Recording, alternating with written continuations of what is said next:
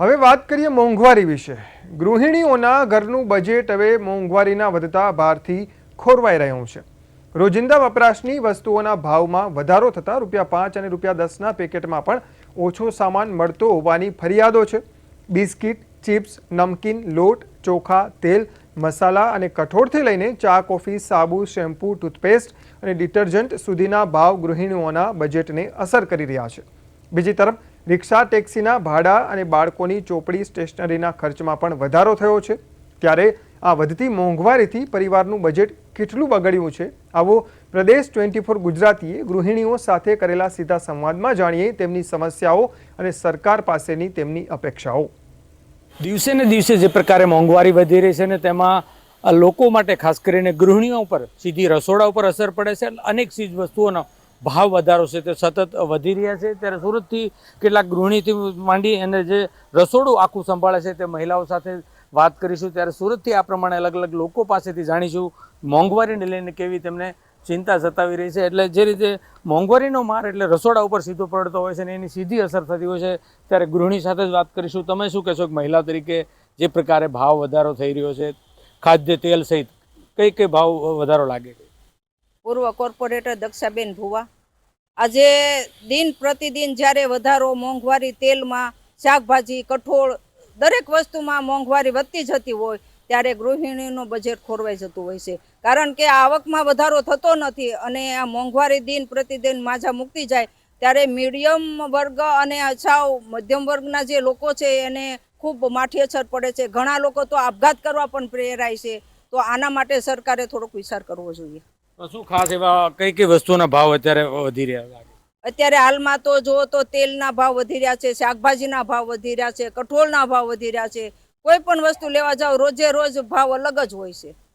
સતત ભાવ વધારો ગૃહિણીઓને નડી રહ્યો છે। તમે શું કહેશો જે પ્રકારે એનો ભાવ વધારો રસોડા ઉપર કઈ રીતે તમે મેનેજ કરો? પહેલાં તો દૂધનો વધારો, દૂધના ભાવમાં એટલો વધારો થઈ રહ્યો છે કે જેનું બજેટ આપણને આપેલું હોય એનાથી ડબલ થઈ જાય છે ક્યારેક। એટલે દૂધના વધારામાં, તેલના વધારામાં, શાકભાજીના વધારામાં બધી જ જગ્યાએ એટલો વધારો થઈ રહ્યો છે કે જેનાથી ગૃહિણીઓ છે એ મૂંઝાય છે કે શું કરવું આમાં અને કઈ રીતે એનું મેનેજ કરવું, તેનાથી તે ક્યારેક તો કંટાળી પણ જાય છે। બિલકુલ, આપણી સાથે વડીલ છે। તમે શું કહેશો જે રીતે ભાવ વધારો સતત વધી રહ્યો છે, પહેલા જે નાના બિસ્કિટથી માંડીને જોતો તો અત્યારે તમે કેટલો ફરક જોઈ રહ્યા? બહુ જાજો ફરક છે। બિસ્કિટ, ચોકલેટમાં ડબલ ભાવ થઈ ગયા છે।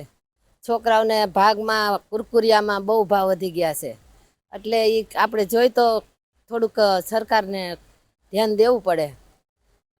તમે શું કહેશો કઈ રીતે મહિલાઓ જ્યારે ગૃહિણીઓ ઘર ચલાવતી હોય છે એમાં રસોડાનું બજેટ હોય છે તમારું એક કે ભાઈ તમને આટલા બજેટ આપવાનું ઘર ચલાવવા માટે, શું કહેશો? આપણને જે બજેટ આપેલું હોય છે એમાંય આપણે ઘટતું હોય તો આપણે બીજી વસ્તુ લેવી એનો તો વિચાર કઈ રીતે કરવો? બીજું આપણે એજ્યુકેશનનું વિચારવાનું હોય, એ સિવાયનું નવી વસ્તુ લેવી હોય કે બીજા પ્રસંગો આવતા હોય તો એ બધું ક્યારે પૂરું કરવું? રસોડામાં જ પૂરું ન થતું તો બીજી બધી વસ્તુ કઈ રીતે લેવી? એટલે મોંઘવારી તો ખરેખર વધારે જ છે। આના માટે કંઈક સરકારે પણ કરવું જોઈએ। મોંઘવારી સતત વધી રહી છે। તમે શું કહેશો જે બુક સ્ટોરથી માંડી અને સ્ટેશનરીમાં એટલે અનેક જગ્યાએ જે ભાવ વધારો છે કઈ રીતે જુઓ છો? એમાં તો સરકારને ધ્યાન આપવું પડે અને દૂધમાં તો ખાસ કરીને, કેમ કે બાળકોને એક ગ્લાસ આપણે દેવું હોય દૂધ તો વિચાર કરવો પડે છે। ત્યારે પહેલાં 50નું લીટર આવતું હતું, અત્યારે 70, 80, 85 લીટર થઈ ગયું। તો સરકારને જરીક આમાં ધ્યાન વધારે આપવું પડે।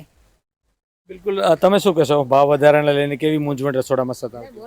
પેલાના ભાવ વધારાના કારણે જો પેલા આપણા બુઝુર્ગ હતા એ રૂપિયાની 50 પૈસાની બાકસ લેતા, અટાણે એ જ બાકસનું 10 રૂપિયાનું આવે છે। એટલે આ ભાવ તો આસમાને પહોંચ્યા છે અને આપણે ઘરમાં કમાવાવાળા એક જ હોય છે અને ખાવાવાળા 6 જણા હોય છે। એટલે જેન્ટ્સ લોકો જ્યારે પૂરું ના કરી શકતા હોય ત્યારે આત્મહત્યા કરવાનું વિચાર કરે છે। અને બાળકોને ફી અત્યારે એક અવળા નાના છોકરાની ફી 8-8 હજાર, 10-10 હજાર હોય છે અને સ્કૂલમાં બેસાડે તો 1-1 લાખ રૂપિયા પણ ફી હોય છે, એવી પણ સ્કૂલ હોય છે। એટલે સરકારને થોડોક વિચાર કરવો જોઈએ કે આ મોંઘવારી લેડીઝને બહુ નડે છે। મોંઘવારી સતત સતાવી રહી છે, તમે શું કહેશો? મોંઘવારી તો બહુ જ છે, એમાં કેવી રીતે પૂરું કરવું એમ?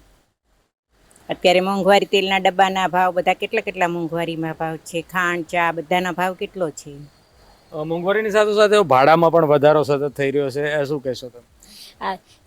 મધ્યમ વર્ગના લોકોને તો બહુ વાંધો, આગળ વધારે પડતા લોકોને નો વાંધો આવે, પણ જે નાના માણસો છે એ લોકોને તો રહેવા માટે ભાડામાં ખૂબ જ વધારો થઈ રહ્યો છે. એટલે નાના માણસો તો કેવી રીતે જીવન જીવી શકે એ શક્યતા જ નથી. જીવન જીવવું દોહેલું થઈ ગયું છે. તમે શું કહેશો બેન, જે પ્રકારેનો ભાવ વધારો ને લઈને રસોડામાં કેવી અસર પડે છે? ખૂબ ખરાબ અસર થાય છે, કેમ કે આપણે તેલથી માંડીને દૂધ બધું જ મોંઘું થવાનું. શાકભાજી લેવા જાય, ફ્રૂટ્સ લેવા જાય, કોઈ કઠોળ લેવા જાય, બધાયમાં એટલી મોંઘવારી છે. તો હવે આપણે 500 રૂપિયાનો નોટ લઈને જાય તો જાણે 10 રૂપિયા ન હોય એને જેમ લઈને પાછા એ છે. તો કેટલો સામાન, થોડુંક એવું લઈને 1000-2000 તમે લઈને જાઓ તો થેલીમાં તો કંઈ દેખાતું નથી, એટલો મોંઘવારી વધી ગઈ છે. કેમ પૂરું કરવું એમાં? મોંઘવારી એટલે સ્ત્રી માટે બહુ મોટી તકલીફ કહેવાય છે કે આજે હર ચીજનું મેનેજમેન્ટ કરવું તે સ્ત્રી જ કરતી હોય છે.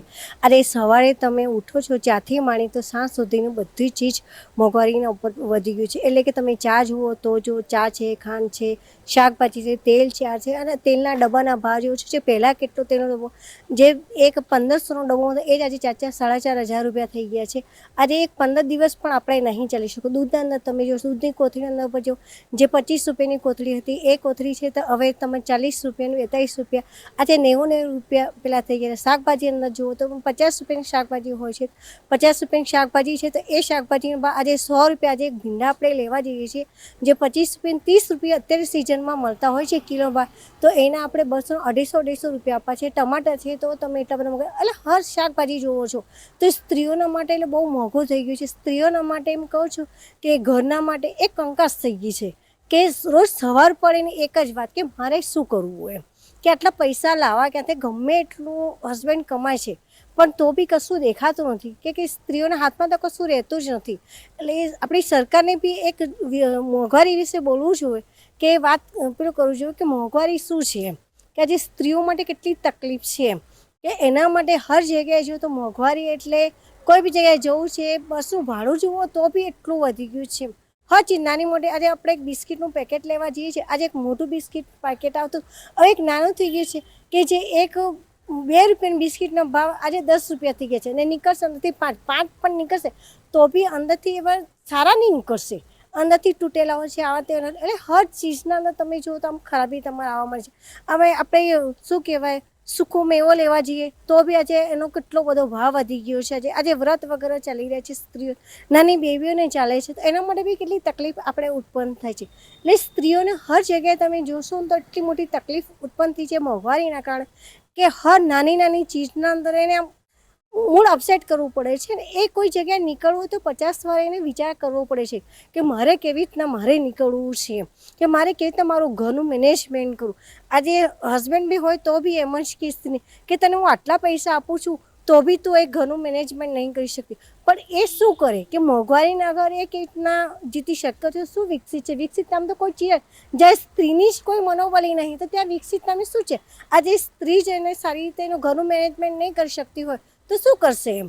તો વિકાસ નામની તો કોઈ ચીજ કહેવાતી જ નથી ને. આ વિકાસ શું છે કે જ્યારે સ્ત્રી શિક્ષિત હશે, સક્ષમ હશે, એનું ઘરનું બેલેન્સ એ જાળવી શકશે ને બધી મોંઘવારીથી પહોંચી વળશે ને એ આગળ થઈ શકશે તો જ એ કંઈ કરી શકશે. એટલે અગર સ્ત્રીઓ આગળ હશે ને તો દેશનો અંદર વિકાસ થશે. એટલે દેશના વિકાસ માટે સ્ત્રીઓમાં સુરતથી અલગ અલગ જે મહિલાઓ છે, ખાસ કરીને ગૃહિણીઓ છે, તેના પર સીધી એટલે કે તેના બજેટ ઉપર સીધી અસર પડી રહી છે. ત્યારે હવે લોકો પણ ઈચ્છી રહ્યા છે કે હવે ભાવ અંકુશ છે તે રાખવા પડશે, કારણ કે જે પ્રકારના ભાવ વધારો છે તેમાં લોકોના જીવન જરૂરિયાતની તેલ, ખાદ્ય પદાર્થથી સવારથી ઉઠે ત્યારથી ચાથી લઈને રાત્રે સૂવે ત્યાં સુધીમાં દરેક ચીજ વસ્તુઓમાં જે ભાવ વધારો છે તે દરરોજ વધતો નજરે પડી રહ્યો છે. ત્યારે હવે સરકાર પાસે આશા અપેક્ષા રાખી રહ્યા છે કે અમને આમાંથી બચાવો. ખાસ કરીને ગૃહિણીઓનું બજેટ છે તે ખોરવાયું હોય તેવા દ્રશ્યો જોવા મળી રહ્યા. કેમેરામેન અધિક ઉમણ સાથે અરવિંદ રાઠોડ, પ્રદેશ 24 ગુજરાતી, સુરત.